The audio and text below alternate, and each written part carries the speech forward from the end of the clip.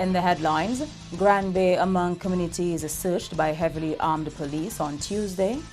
Police say no foul play as one woman's body is found lifeless in her home in Maho. And Sidema's legacy project brings a level of post-Hurricane Maria restoration to Dominica's indigenous people. I'm Andrea Louis with the Channel 5 News. Back with the details after this. Rudolph Thomas Enterprise in Portsmouth, your suppliers of building materials and hardware products. Over 20 years experience in the business. Rudolph Thomas has lumber and plywood, galvanized and fenced pipe. Check out Rudolph Thomas for ceramic and vinyl floor and wall tiles, nails, nuts and bolts, paint and painting supplies. And check out their line of electrical and hand tools. Go now to Rudolph Thomas on 1240 Bay Street in Portsmouth.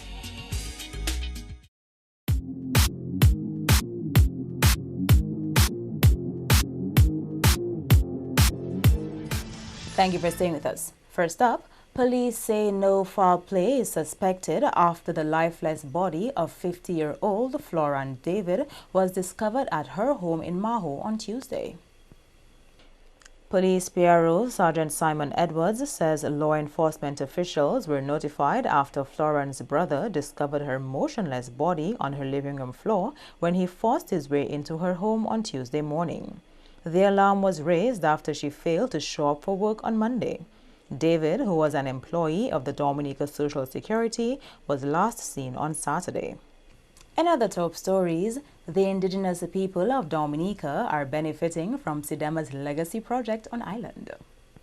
As Ronald Jackson, Executive Director of the Caribbean Disaster Emergency Management Agency, Sidema, explained, the institution seeks to ensure that resources provided to it in response to natural disasters are passed on in full to the member states, especially those that have been impacted. There is a tendency from time to time for there to be some resources remaining coming out of the emergency response phase. And these are resources particularly provided by the diaspora or members of the Caribbean community, private donors, individuals in their homes in their respective countries, as well as corporate donors, as distinct from funds we would get from international development partners and donor agencies. What we then do is, as we are leaving the theater of operations, we seek to leave something with our member states in lieu of their early recovery efforts. And we coined the term a legacy project in that regard. Jackson says the legacy project in Dominica is more widespread than in other countries. Our work in Dominica is a lot more extensive. It is based on the fact that we would have received roofing sheeting from a private sector donor out of Jamaica, Tankwell, to support the early recovery.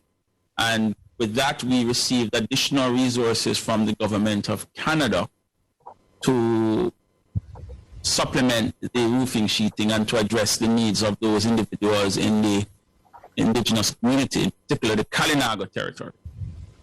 We've added some resources from those we collected from the public as well, to try to see if we could repair as many roofs as possible in the Kalinago territory.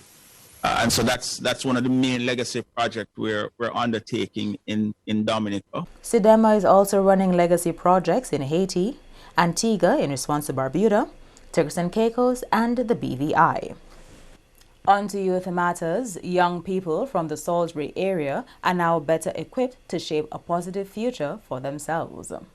That was the aim of the Salisbury Adolescent Summer Program organized by the Salisbury Health Center. District Nurse Magdalene Moses says the summer program met its objective. Our objective is to have young persons have a positive approach towards life, especially towards their future, and hence hosting the summer day camp program. We know that a lot of bad things have been said about young persons coming up, but this program helps to motivate them, to help them build their dreams, at least to guide them along the life's way. The summer program was held under the theme Empowering Young Minds for a Positive Future. So far, the feedback has been positive, especially during the session. They have been very been interactive. It's like they ask questions. They are willing to learn. They are eager to learn, and we just hope that what they have learned, they will go out into their community, especially into their school setting, and at least be leaders, not followers in that aspect. Approximately 30 young people attended the summer program. In other developments, heavily armed police swooped down on the community of Grand Bay on Tuesday in what looked like a special mission. Channel 5 News has not been able to confirm whether they were searching for illegal guns or not, but local media has reported that there were quite a few gunshots fired during a funeral in that community on Monday. Tuesday's strong police presence in Grand Bay follows 2 shootings on the weekend, which are currently under investigation. Brian Alexander of Grand Bay was killed on Saturday morning when he was shot in the back of his head. The other victim, Lawrence Paul of Mont Prosper, is now in intensive care after he sustained a gunshot wound to his thigh. These gun-related incidents have prompted a call by the National Security Minister for further amendments to the Firearms Act. This is in an effort to make the possession of illegal firearms a strict liability offense. With these amendments, anyone found in possession of an illegal firearm would get jail time. The National Security Minister has also called for firm and decisive action to reduce the use of illegal firearms in the country. Unconfirmed reports indicate that the police were also conducting operations in other communities, including Folkway and Bath Estate. You are watching the Channel 5 News. Stay tuned for more after the break. M&J Covering is the producer of designed galvanized and galvalume in Dominica. They design to your specifications, color and length, 4 styles of galvanized and galvalume pre-painted roofing sheets as requested, and supply all your galvalume accessories. M&J Covering helps you control spending and reduce waste. At M&J Covering, they are also equipped to build your roof to precise standards anywhere on island. So come to M&J Covering at 1 Mile in Portsmouth or call 445-5001 275-5003 today.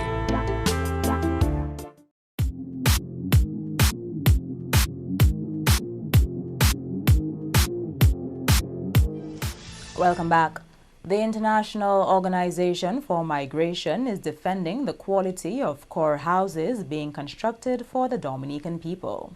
The IOM is in Dominica to help in the rebuilding process, and its largest project to date is that of re-roofing homes and constructing core houses to replace those severely damaged by Hurricane Maria. Community Engagement Assistant with the IOM, Maxine Alinespri, explained that the core houses are up to standard and in keeping with Dominica's building codes. So the core houses are wooden houses that are built according to the building codes. We expect them to be able to withstand the climatic conditions. We expect them to be able to withstand storms and hurricanes. We have developed a perception as we've become modernized, I guess, in Dominica, that wooden houses are not strong as concrete houses or block houses, as we might call them. What we find on the field, though, is that we encounter houses that are 80 years old, 90 years old, 70 plus years old, that are still standing and standing quite strong. And sometimes all we have to do is replace 1 or 2 sheets of galvanized and everything else is fine. The entire structure is strong. On the question of doing construction and renovation works in vulnerable communities, Aline Esprit said initially the organization was against doing such work. However, upon observing that assistance was being given to people in these areas, the IOM subsequently made an adjustment. But Aline Esprit stressed that people in these communities must understand that these measures are only temporary. For instance, that we are working in Coliho, you started seeing that government assistance was being provided to people who lived along the riverside in Coliho, along the bayside as well. And so we took a cue from that and engaged the relevant government authorities and said, well, okay, look, the people are asking, because people said, okay, so why is it that government can provide assistance, but you cannot provide assistance? And it's a genuine, a valid question.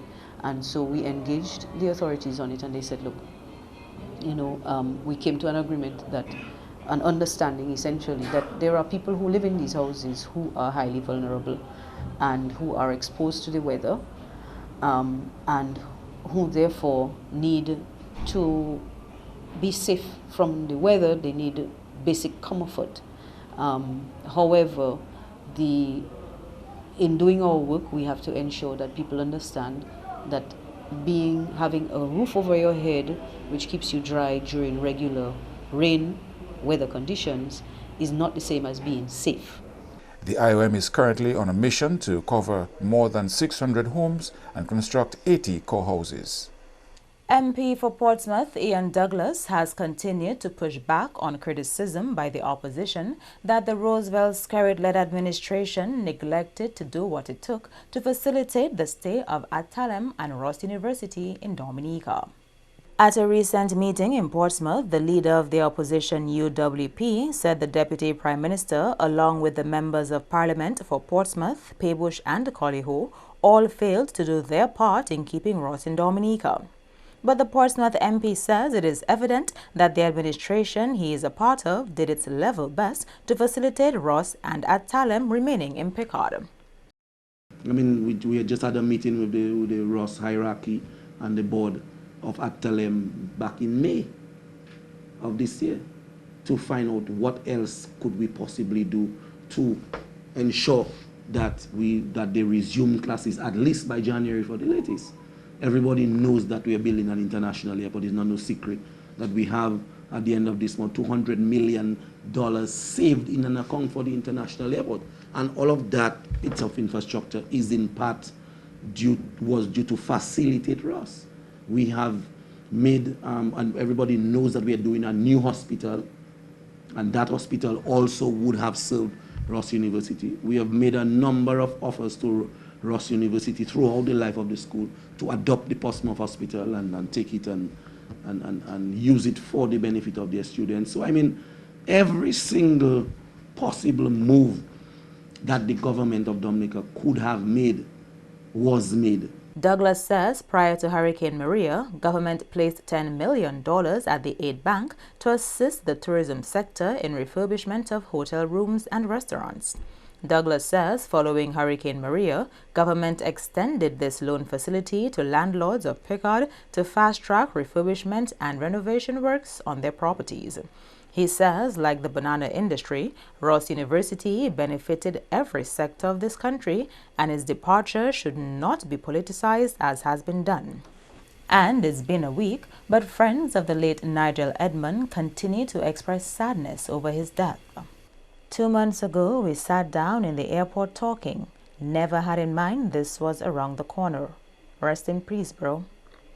R.I.P. cuz, still hard to digest the situation, you will be missed. A friend, a husband, a son, a co-worker. Life is way too short. Rest in peace. Thank you for those happy days at Melville Hall Airport.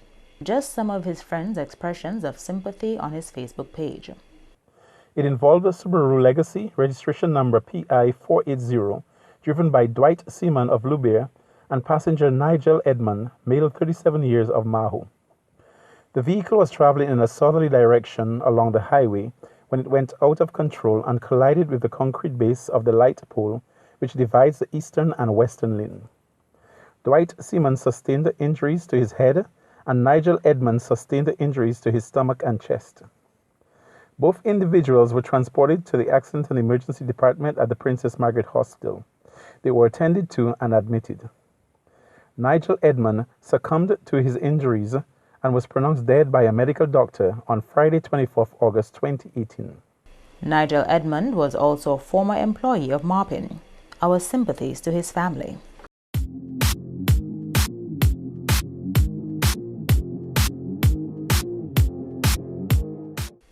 To end the news, the headlines again. Grand Bay among communities surged by heavily armed police on Tuesday. Police say no foul play as one woman's body is found lifeless in her home in Maho. And Sidema's Legacy Project brings a level of post-hurricane restoration to the indigenous people of Dominica. Feel free to contact us at news@marpin2k4.com. You can also access our past newscasts on our YouTube channel. On behalf of the entire production team, I'm Andrea Louis, and to all of our viewers around the world, thank you so much for watching. Join us next time.